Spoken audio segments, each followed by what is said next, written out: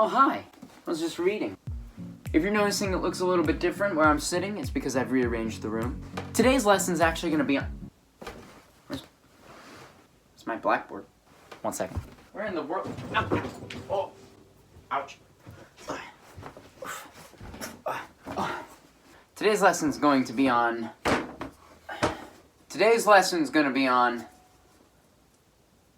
form. As always, the first thing I'm going to talk about is what form is in music. Then the next thing I'm going to do is give us some examples of songs, and we're going to find out what the form is for each of those. And last, I'm going to give us some examples of different types of music and what kinds of forms they usually follow. And for the first time in my new area, let's hit the intro.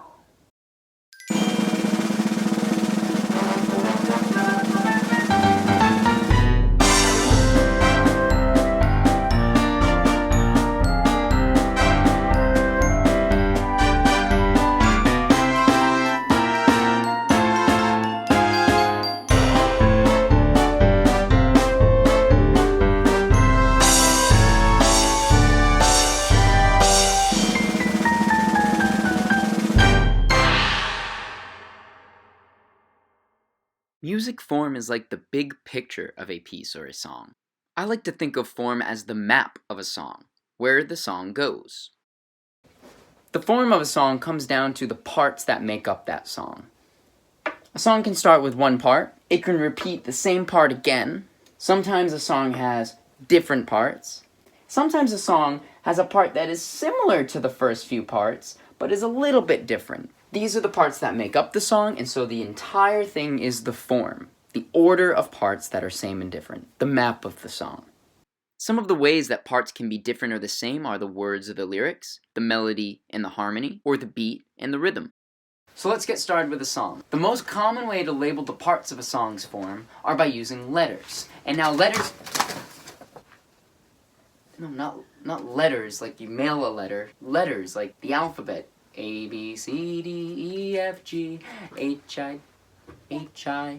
We only need like 3 or 4 letters anyway, so that should be fine. Let's start with a song that everybody knows, Twinkle Twinkle Little Star. Let's use letters to work through the form together. Each new part we're going to give a new letter, and we'll see where those parts repeat.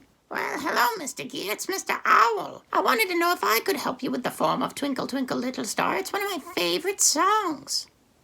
All right, yeah, why not? We'll take some help. What's the first part of Twinkle Twinkle Little Star? Twinkle, twinkle, little star, how I wonder what you are. That's the first part, Mr. Geer. Twinkle, twinkle, little star, how I wonder what you are. Okay, that's the first section. The first section we're going to call A.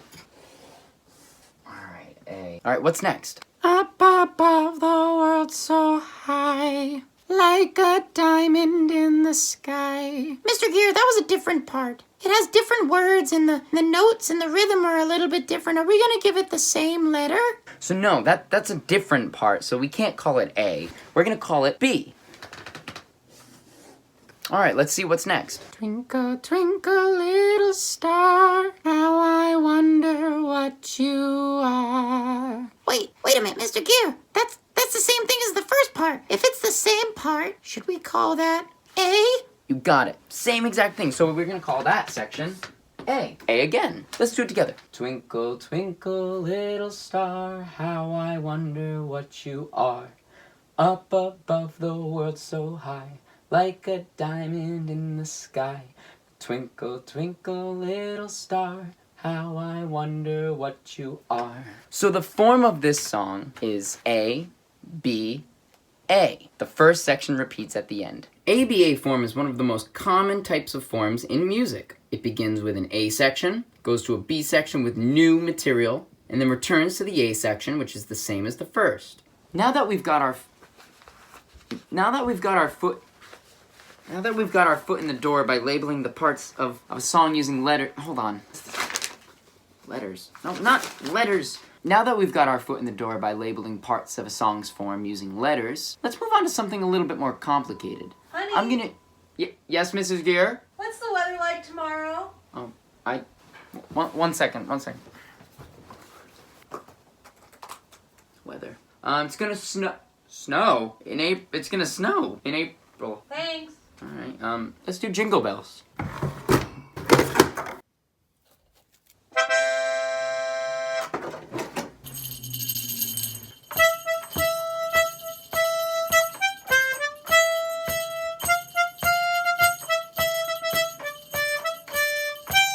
That is the first section of music of Jingle Bells. We're gonna call that the A section.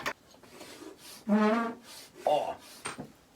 Okay, so one thing to note about that A section is that it ends on a dominant note.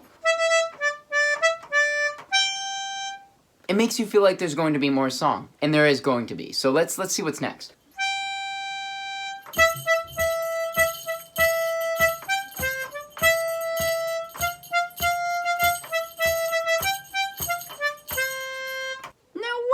This next section is peculiarly similar.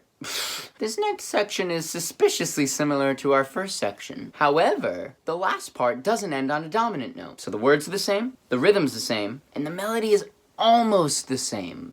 But the ending's different. Dominant. Tonic. It ends on tonic. It feels at rest. So what do we call it? It's not B section because it's kind of like the A section. We call it A prime. A prime. A, and you put this little mark at the top called prime. Now the song isn't over yet. We still have one more section. Let's listen. Here we go.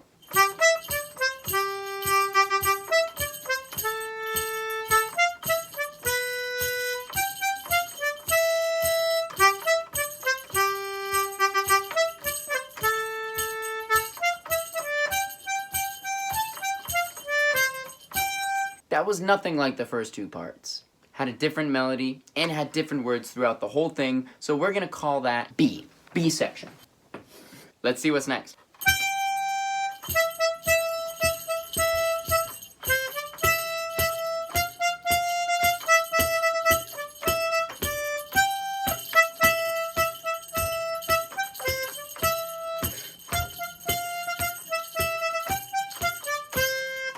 A and A prime come right after the B section. This song is almost like an ABA. The only difference is that it has an A prime, a B, and an A prime again. Remember, prime just means a section that's kinda like the other part, but slightly different. And that is the form of the very famous Christmas song, Jingle Bells. Happy April, everyone. And now for a segment I like to call the lightning round. Hit the sound effect. Alright, well, I'm gonna give you the name of a bunch of different kinds of forms, and I'm gonna give you some examples of music that use this form regularly. Call and response form. Call and response form is where one person or instrument plays or sings a melody, and then another person or instrument plays the same melody back. Round form.